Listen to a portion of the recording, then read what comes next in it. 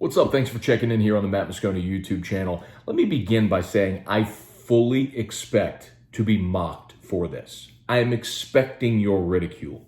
But am I crazy for thinking that the Saints kicking the tires on Jameis Winston as a backup option for Drew Brees might not be the worst idea? Hear me out, all right? Hear me out. I get it. Interception machine, off the field issues, Florida State and beyond, crab legs. I get it. I know all the baggage with Jameis. But hear me out here.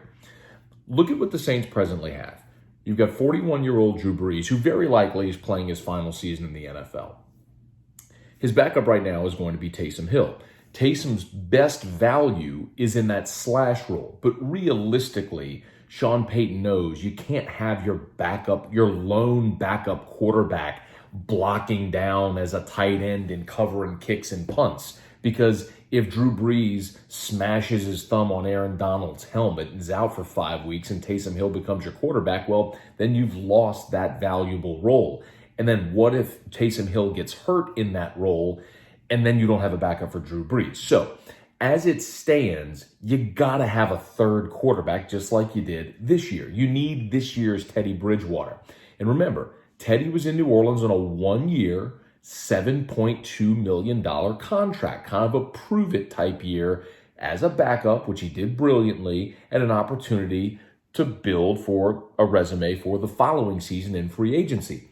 The thing with Jameis is when you look at the free agent market as a possible backup for Drew Brees, what are your options? Joe Flacco? Drew Stanton? Trevor Siemian, Mike Glennon, what are we talking about here? Jameis Winston has started 70 games and led the NFL in passing this past year. And it's unlikely he's going to land a job as a starting quarterback. The Chargers have said that they're not going to sign a quarterback in free agency. They'll stick with Tyrod Taylor and probably go the route of the draft.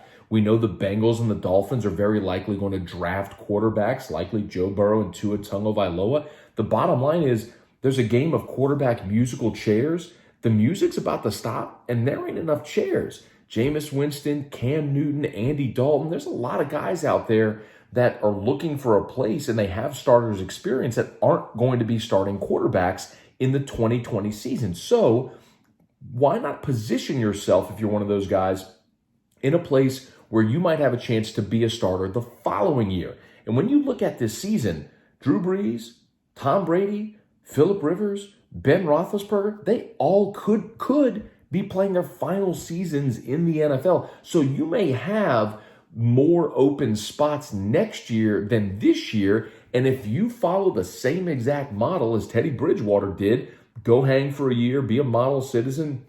If you're called upon, do well, and then cash in big next season. And if you're Jameis Winston, why not look at the Saints, a team that's going to be a championship contender, a team that knows you and you know them very well, and you would have the opportunity to work under Sean Payton and learn from Drew Brees and Sean Payton at the quarterback position and quite possibly be Drew Brees' heir apparent in a division that you know very well. Point is, there are crazier ideas. Maybe the Saints take a quarterback in the draft and that's their number 3 guy.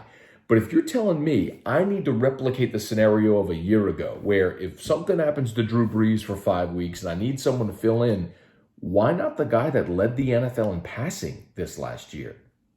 Like I said, I expect your ridicule, so leave the comments below and we can interact on it.